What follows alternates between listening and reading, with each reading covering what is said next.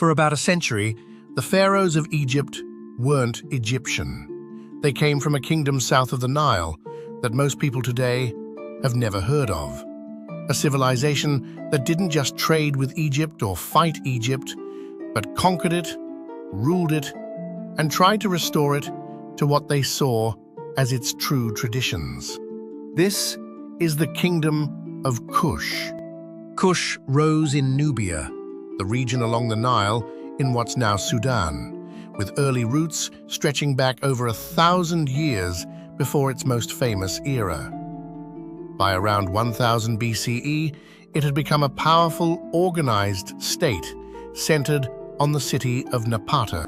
For centuries, Egypt had treated Nubia as a resource-rich neighbor, valuable for gold, ivory, and soldiers, but rarely an equal. That relationship was about to flip entirely. By the 8th century BCE, Egypt was fractured, divided between competing local rulers, with no single pharaoh holding the whole country together.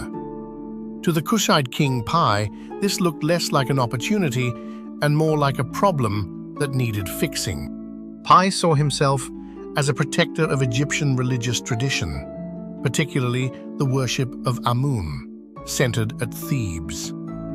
Around 727 BCE, he marched north. Pi's campaign wasn't a typical war of plunder. Ancient inscriptions describe him demanding that defeated rulers perform purification rituals before he'd even meet with them. He wanted submission to religious order, not just military defeat. By the time his campaign ended, Pi controlled the length of the Nile from Napata to the Mediterranean. He founded what historians call Egypt's 25th dynasty, and for the first time, Kushite kings sat on the throne of Egypt. The kings who followed, Shabaka, Shabitku, and especially Taharqa, didn't rule as occupiers. They positioned themselves as restorers, reviving older Egyptian architectural styles and religious practices that had fallen out of favor. Taharqa, in particular, left an enormous architectural footprint, expanding temples at Karnak and building structures across both Egypt and Nubia. Some of his monuments still stand today. Modern historians often call these rulers the Black Pharaohs, a term that's popular in documentaries, though many scholars prefer simply Kushite pharaohs, since the kings themselves would have used Egyptian royal titles without that distinction. Kushite rule over Egypt didn't last, because no outside power objected. It ended because one did. The Assyrian Empire, expanding aggressively from Mesopotamia, saw Egypt as the next target, and Taharqa's forces became locked in a long, costly conflict defending the Nile Delta. By 656 BCE, sustained Assyrian pressure, and later Egyptian rulers reasserting independence, pushed the Kushite kings back south, out of Egypt entirely. Losing Egypt didn't end Kush.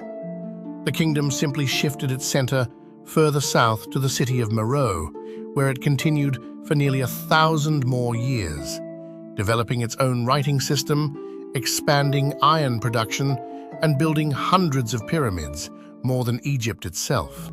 Meroe became a major trade hub, linking sub-Saharan Africa with the Mediterranean and Red Sea worlds, outlasting the Assyrians who'd pushed Kush out of Egypt and remaining a regional power until roughly the 4th century CE. For a century, an African kingdom didn't just survive next to Egypt, it ruled it, restored it, and saw itself as the protector of traditions Egypt's own rulers had let slip. Then it returned home and quietly outlasted the empire that pushed it out. It's a story with no single dramatic ending, just a kingdom that adapted again and again for nearly 2,000 years of recorded history. If you're enjoying these forgotten chapters of history, subscribe.